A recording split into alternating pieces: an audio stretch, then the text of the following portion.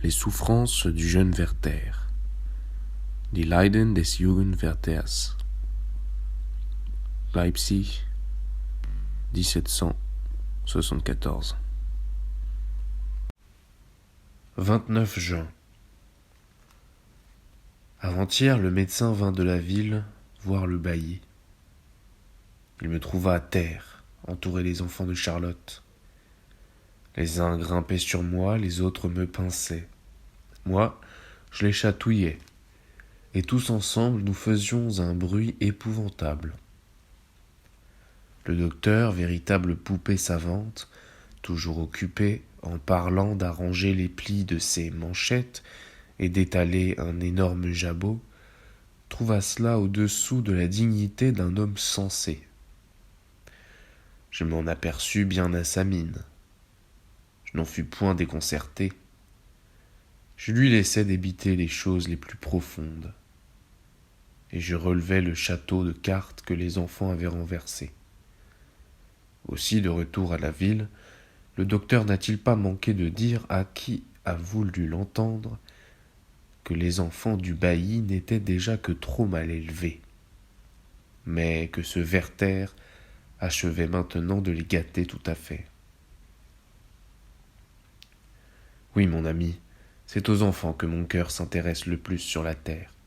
Quand je les examine, et que je vois dans ces petits êtres le germe de toutes les vertus, de toutes les facultés qu'ils auront si grand besoin de développer un jour, quand je découvre dans leur opiniâtreté ce qui deviendra constance et force de caractère, quand je reconnais dans leur pétulance et dans leurs espiègleries même l'humeur gaie et légère qui les fera glisser à travers les écueils de la vie, et tout cela si franc, si pur, alors je répète sans cesse les paroles du Maître. Si vous ne devenez semblable à l'un d'eux. Et cependant, mon ami, ces enfants, nos égaux, et que nous devrions prendre pour modèles, nous les traitons comme nos sujets. Il ne faut pas qu'ils aient des volontés. N'avons-nous pas les nôtres? Où donc est notre privilège? Est-ce parce que nous sommes plus âgés et plus sages? Dieu du ciel, tu vois de vieux enfants et de jeunes enfants, et rien de plus. Et depuis longtemps ton fils nous a fait connaître ceux qui te plaisent davantage, mais ils croient en lui et ne l'écoutent point, la vieille histoire. Et ils façonnent leurs enfants d'après eux-mêmes, et adieu Wilhelm. Je ne veux pas radoter davantage là-dessus. 1er juillet. Tout ce que Charlotte doit être pour un malade, je le sens à mon pauvre cœur, bien plus souffrant que tel qui languit malade dans un lit. Elle va passer quelques jours à la ville, chez une excellente femme, qui d'après l'aveu des médecins approche de sa fin, et dans ses derniers moments veut avoir Charlotte auprès d'elle. J'allais, la semaine dernière, visiter avec elle le pasteur de Saint, petit village situé dans les montagnes à 1 lieue d'ici. Nous arrivâmes sur les 4 heures. Elle avait amené sa sœur cadette. Lorsque nous entrâmes dans la cour du presbytère, ombragée par 2 gros noyers, nous vîmes le bon vieillard assis sur un banc à la porte de la maison. Dès qu'il aperçut Charlotte, il sembla reprendre une vie nouvelle. Il oublia son bâton noueux et se hasarda à venir au-devant d'elle. Elle courut à lui, le força de se rasseoir, se mit à ses côtés, lui présenta les salutations de son père et embrassa son petit garçon, un enfant gâté, quelque malpropre et désagréable qu'il fût. Si tu avais vu comme elle s'occupait du vieillard, comme elle élevait la voix pour se faire entendre de lui, car il est à moitié sourd, comme elle lui racontait la mort subite de jeunes gens robustes, comme elle vantait la vertu des eaux de Carlsbad, en approuvant sa résolution d'y passer l'été prochain,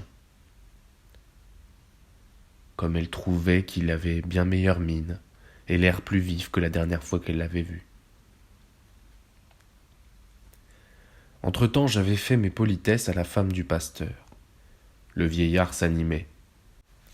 Comme je ne pus m'empêcher de louer les beaux noyers qui nous prêtaient un ombrage si agréable, il se mit, quoiqu'avec quelques difficultés, à nous faire leur histoire. Quant au vieux, dit-il, nous ignorons qui l'a planté. Les uns nomment tel pasteur, les autres tel autre. Mais le jeune est de l'âge de ma femme, 50 ans au mois d'octobre. Son père le planta le matin du jour de sa naissance. Elle vint au monde vers le soir. C'était mon prédécesseur. On ne peut dire combien cet arbre lui était cher. Il ne me l'est certainement pas moins. Ma femme tricotait, assise sur une poutre au pied de ce noyer, lorsque, pauvre étudiant, j'entrai pour la première fois dans cette cour, il y a 27 ans. Charlotte lui demanda où était sa fille. On nous dit qu'elle était allée au champ avec M. Schmitt voir les ouvriers. Et le vieillard continua son récit. Il nous conta comment son prédécesseur l'avait prise en affectation, comment il plut à la jeune fille, comment il devint d'abord le vicaire du père, et puis son successeur. Il venait à peine de finir son histoire lorsque sa fille, accompagnée de M. Schmitt, revint par le jardin. Elle fit à Charlotte l'accueil le plus empressé, le plus cordial. Je dois avouer qu'elle ne me déplut pas. C'est une petite brune, vive et bien faite, qui ferait passer agréablement le temps à la campagne. Son prétendant, car nous donnâmes tout de suite cette qualité à M. Schmitt, homme de bon ton mais très froid, ne se mêla point de notre conversation, quoique Charlotte l'y excitât sans cesse. Ce qui me fit le plus de peine, c'est que je crus remarquer à l'expression de sa physionomie que c'était plutôt par caprice ou mauvaise humeur que par défaut d'esprit qu'il se dispensait d'y prendre part. Cela devint bientôt plus clair, car, pendant la promenade que nous fîmes, Frédéric s'étant attaché à Charlotte, et se trouvant aussi quelquefois seul avec moi, le visage de M. Schmitt, déjà brun naturellement, se couvrit d'une teinte si sombre qu'il était temps que Charlotte me tirât par le bras et me fit signe d'être moins galant auprès de Frédéric. Rien ne me fait tant de peine que de voir les hommes se tourmenter mutuellement. Mais je souffre surtout quand des jeunes gens à la fleur de l'âge, au moment même où ils sont les plus susceptibles de s'ouvrir à toutes les joies, gâtent par des sottises le peu de beaux jours qui leur sont réservés et s'aperçoivent trop tard de l'irréparable abus qu'ils en ont fait. Cela m'agitait, et lorsque le soir de retour au presbytère nous prîmes le lait dans la cour, la conversation étant tombée sur les peines et les plaisirs de la vie, je ne pus m'empêcher de saisir cette occasion pour parler de toute ma force contre la mauvaise humeur.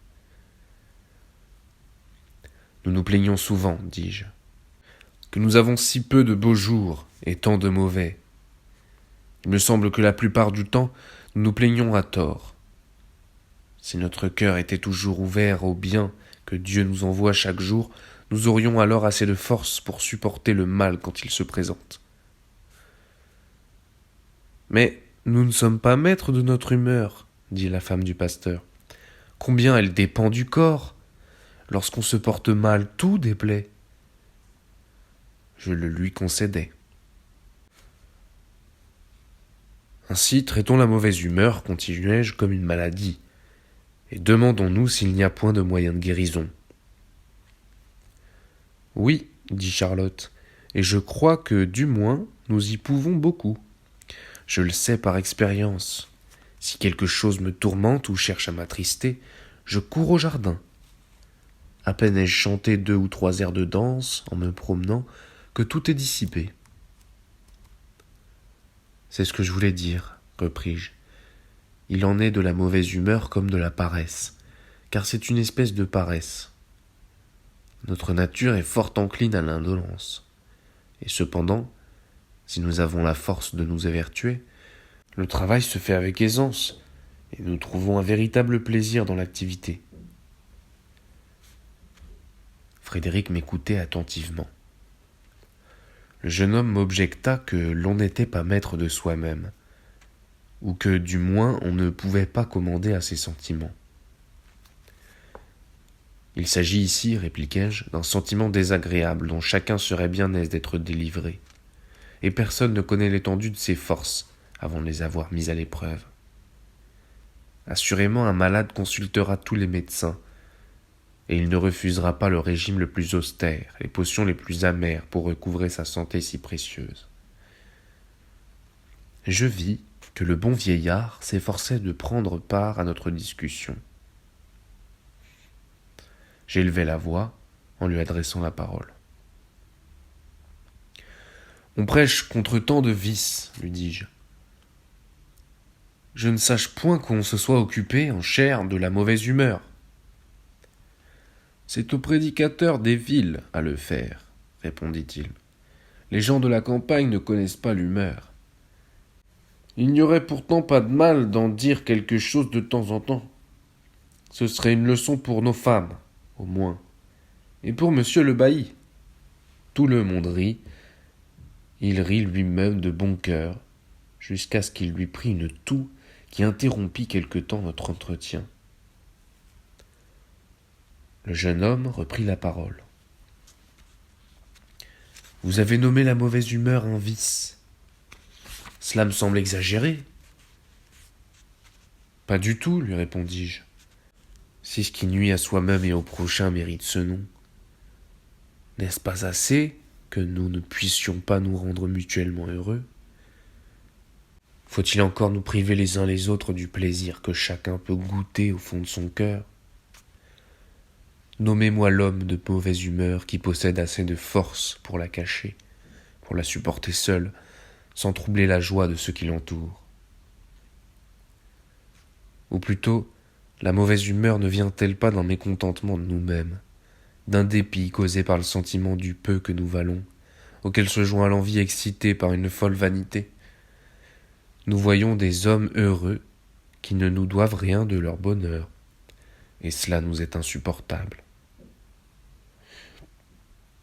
Charlotte sourit de la vivacité de mes expressions.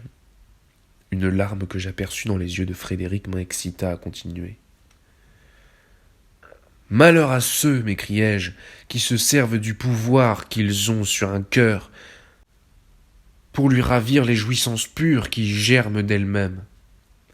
Tous les présents du monde, toutes les marques d'attention ne sauraient compenser l'instant de satisfaction intime qui fut empoisonné par l'esprit atrabilaire et jaloux du tyran. Mon cœur était plein dans cet instant. 1000 souvenirs oppressaient mon âme, et les larmes me vinrent aux yeux.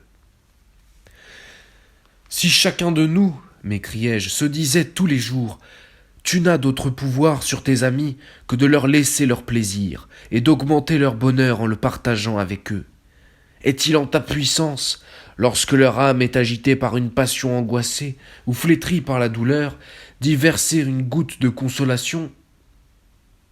Et lorsque l'infortuné que tu auras miné dans ses beaux jours succombera enfin à sa dernière maladie, lorsqu'elle sera là, couchée devant toi, dans le plus triste abattement, qu'elle lèvera au ciel des yeux éteints et que la sueur de la mort séchera sur son front, que debout devant son lit comme un condamné, tu sentiras que tu ne peux rien faire avec tout ton pouvoir, que tu seras déchiré d'angoisse et que vainement tu voudras tout donner pour faire passer dans cette pauvre créature mourante un peu de confortation, une étincelle de courage. » Le souvenir d'une scène semblable, dont j'ai été témoin, se retraçait à mon imagination dans toute sa force. Je portais mon mouchoir à mes yeux, quittais la société, et seule la voix de Charlotte qui m'appela pour me dire que nous partions me fit revenir à moi.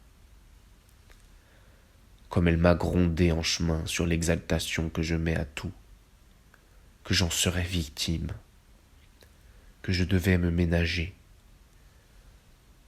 Ô cher ange, c'est pour toi qu'il faut que je vive.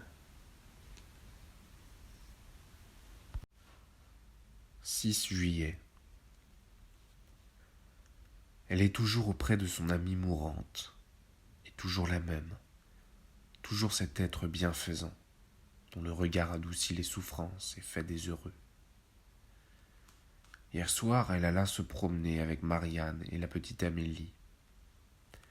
Je le savais, je les rencontrais, et nous marchâmes ensemble. Après avoir fait près d'une lieue et demie, nous retournâmes vers la ville, et nous arrivâmes à cette fontaine qui m'était déjà si chère, et qui maintenant me l'est 1000 fois davantage. Charlotte s'assit sur le petit mur. Nous restâmes debout devant elle. Je regardais tout autour de moi, et je sentis revivre en moi le temps où mon cœur était si seul.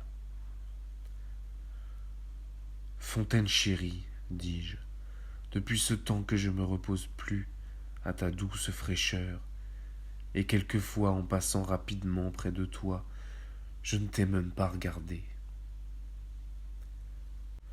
Je regardai en bas, et je vis monter la petite Amélie, tenant un verre d'eau avec grande précaution. Je contemplais Charlotte, et sentis combien elle m'est précieuse. Cependant, Amélie vint avec son verre. Marianne voulut le lui prendre. « Non !» s'écria l'enfant avec l'expression la plus aimable. « Non, c'est toi, Charlotte, qui dois boire la première. » Je fus si ravi de la vérité, de la bonté avec laquelle elle disait cela, que je ne pus exprimer ce que j'éprouvais qu'en prenant la petite dans mes bras et en l'embrassant avec tant de force qu'elle se mit à pleurer et à crier. « Vous avez mal fait, » dit Charlotte. J'étais consterné. « Viens, Amélie, » continua-t-elle en la prenant par la main pour descendre les marches. « Lave-toi dans l'eau fraîche, vite. Vite, ce ne sera rien. » Je restais à regarder avec quel soin l'enfant se frottait les joues de ses petites mains mouillées, et avec quelle bonne foi elle croyait que cette fontaine merveilleuse enlevait toute souillure, et lui épargnait la honte de se voir pousser une vilaine barbe. Charlotte avait beau lui dire « C'est assez !» La petite continuait toujours de se frotter, comme si beaucoup eût dû faire plus d'effet que peu. Je t'assure, Wilhelm, que je n'assistais jamais avec plus de respect à un baptême, et lorsque Charlotte remonta, je me serais volontiers prosterné devant elle, comme devant un prophète qui vient d'effacer les fautes d'une nation. Le soir, je ne pus m'empêcher, dans la joie de mon cœur, de raconter cette scène à un homme que je supposais sensible parce qu'il a de l'esprit. Mais quelle fut sa réaction ? Il me dit que Charlotte avait eu grand tort, qu'il ne fallait jamais rien faire à croire aux enfants, que c'était donner naissance à une infinité d'erreurs et ouvrir la voie à la superstition, contre laquelle il fallait au contraire les prémunir de bonne heure. Je me rappelais qu'il avait fait baptiser un de ses enfants il y a 8 jours. Je le laissai dire, et dans le fond de mon cœur, je restai fidèle à la vérité. Nous devons en user avec les enfants comme Dieu en use avec nous, lui qui ne nous rend jamais plus heureux que lorsqu'il nous laisse errer dans une douce illusion. 8 juillet. Que l'on est enfant, quel prix on attache à un regard, que l'on est enfant. Nous étions allés à Valheim. Les dames étaient en voiture. Pendant la promenade, je crus voir dans les yeux noirs de Charlotte « Je suis un fou, pardonne-le-moi. Il faudrait que tu les voies, ces yeux. » Pour faire bref, car mes yeux tombent de sommeil, quand il fallut revenir, les dames montèrent en voiture. Le jeune W, Zelstadt, Audran et moi, nous entourions le carrosse. On causa par la portière avec ces messieurs qui sont pleins de légèreté, d'étourderie. Je cherchais les yeux de Charlotte. Ah, ils allaient de l'un à l'autre, mais moi qui étais entièrement, uniquement occupé d'elle, ils ne tombaient pas sur moi. Mon cœur lui disait 1000 adieux. et elle ne me voyait point. La voiture partit, et une larme vint mouiller ma paupière. Je la suivis des yeux, et je vis sortir par la portière la coiffure de Charlotte. Elle se penchait pour regarder. Hélas, était-ce moi? Mon ami, je flotte dans cette incertitude. C'est là ma consolation. Peut-être me cherchait-elle du regard, peut-être. Bonne nuit. Oh, que je suis enfant.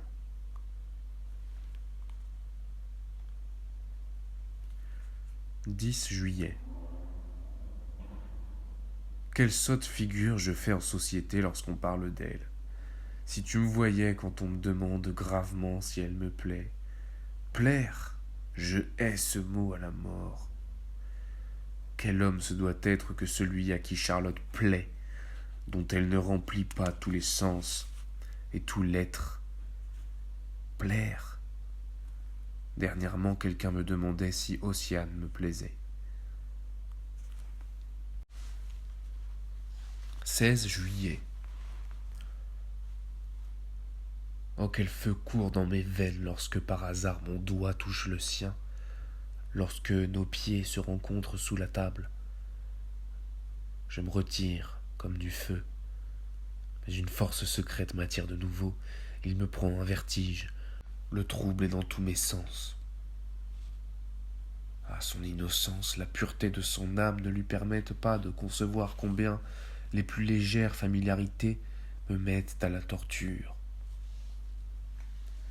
Lorsqu'en parlant elle pose sa main sur la mienne, que dans la conversation elle se rapproche de moi, que son haleine divine peut atteindre mes lèvres, je crois sombrer, comme si j'étais frappé de la foudre. Et vilaine si ce ciel, cette confiance, si j'osais jamais les... Tu me comprends?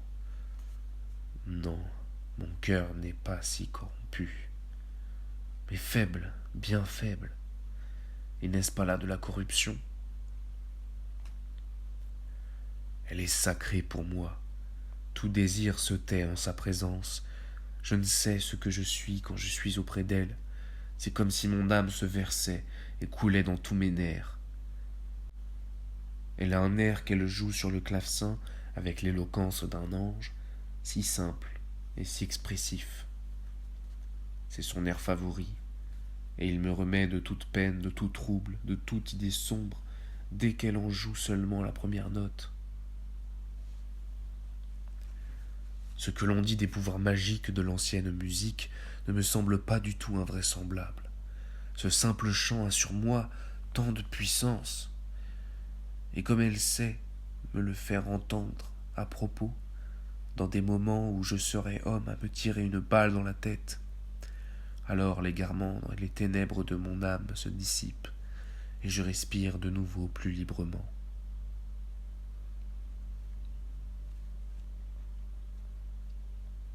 « 18 juillet. Wilhelm, qu'est-ce que le monde pour notre cœur sans l'amour? Ce qu'une lanterne magique est sans lumière. À peine y introduisez-vous le flambeau, qu'aussitôt les images les plus variées se peignent sur la muraille. Et lors même que tout cela ne serait que fantômes. Encore ces fantômes font-ils notre bonheur quand nous nous tenons là, éveillés, et que, comme des enfants, nous nous extasions sur ces apparitions merveilleuses. Aujourd'hui, je ne pouvais aller voir Charlotte. J'étais emprisonné dans une société d'où il n'y avait pas moyen de m'échapper. Que faire? J'envoyai chez elle mon domestique, afin d'avoir au moins près de moi quelqu'un qui eût approché d'elle dans la journée. Avec quelle impatience j'attendais son retour, avec quelle joie je le revis. Si j'avais osé, je me serais jeté à son cou et je l'aurais embrassé. On prétend que la pierre de Bologne, exposée au soleil, se pénètre de ses rayons et éclaire quelque temps dans la nuit. Il en était ainsi pour moi de ce jeune homme. L'idée que les yeux de Charlotte s'étaient arrêtés sur ses traits, sur ses joues, sur les boutons et le collet de son habit, me rendait tout cela si cher, si sacré. Je n'aurais pas donné ce garçon pour 1000 écus. Sa présence me faisait tant de bien. Dieu te préserve d'en rire, Wilhelm. Sont cela des fantômes? Est-ce une illusion que d'être heureux?